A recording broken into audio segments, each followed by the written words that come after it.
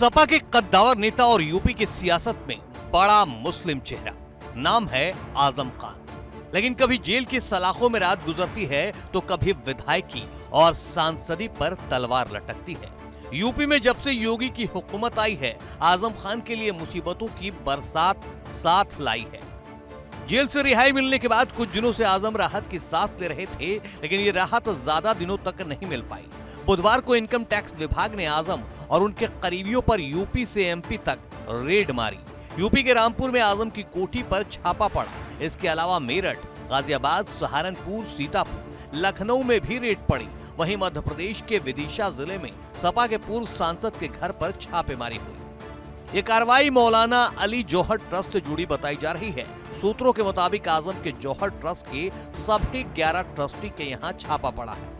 रामपुर के भाजपा नेता आकाश सक्सेना ने साल 2019 में इनकम टैक्स विभाग में शिकायत की थी। इसमें कहा था कि ट्रस्ट को 60 करोड़ का डोनेशन देने वाले लोगों ने खुद कभी इनकम टैक्स नहीं भरा है। हालांकि आयकर विभाग की तरफ से कार्रवाई को लेकर कोई बयान जारी नहीं किया गया है, लेकिन विपक्षी खेमे में खलबली के बाद ये बात कही जा रही है कि घोसी में मिली हार और आगे 4 राज्यों में होने वाले विधानसभा चुनाव और 2024 के चुनाव में बीजेपी को अपनी हार दिखाई दे रही है। आजम और उन जैसे नेताओं पर ये कार्रवाई उसी बौखलाहट और हताशा का नतीजा है। जैसे जैसे चुनाव नजदीक आता जा रहा है, 4 राज्यों का भी उनमें सब में हारने जा रही है और फिर 24 का, तो बदहवास सी हो गई है। पूरी समाजवादी पार्टी इस बार खुलकर आजम खान के साथ नजर आ रही है। इसलिए प्रोफेसर राम गोपाल यादव भी इस कार्रवाई को घटिया राजनीति बता रहे हैं। जहां तक इनकम टैक्स के रेट का सवाल है, मैं नहीं समझता हूं कि आजम जैसे ईमानदार व्यक्ति के यहाँ इस तरह की कार्रवाई होनी चाहिए। उनके यहाँ अपना कुछ नहीं है, यूनिवर्सिटी का कुछ है तो वो सार्वजनिक है, वो किसी निजी नहीं है। तो ये बहुत ही दुखद बात है और देश की राजनीति में अगर इतने घटिया स्तर पर उतरकर लोग काम करने लगेंगे तो ये समाज के लिए और देश के लिए किसी के लिए अच्छा नहीं।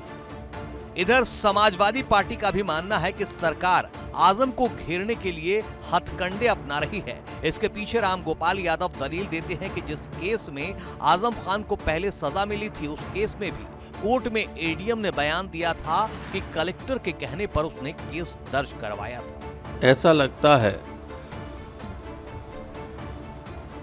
कि दिल्ली में बैठे हुए लोग हताशा में ये सब कदम उठा रहे हैं। मोहम्मद आजम खान के खिलाफ उत्तर प्रदेश सरकार के इशारे पर पहले ही सैकड़ों मुकदमे कायम किए गए, फर्जी मुकदमे कायम किए गए और एक केस में जिसमें उसकी सज़ा हुई थी उसमें स्वयं एफआईआर करने वाले एडीएम ने कोर्ट में ये बयान दिया था कि मुझे कलेक्टर ने ज़बरदस्ती मुकदमा लिखवाया था। जहाँ तक इनकम टैक्स के रेट का सवाल है, मैं नहीं समझता हूँ कि आजम जैसे ईमानदार व्यक्ति के यहाँ इस तरह की कार्रवाई होनी चाहिए। समाजवादी पार्टी ने भी एक्स पर लिखा है कि जनाब आजम खान साहब सच की आवाज हैं। उन्होंने बच्चों के बेहतर भविष्य की नींव रखी, तालीम शिक्षा के लिए विश्वविद्यालय बनाया।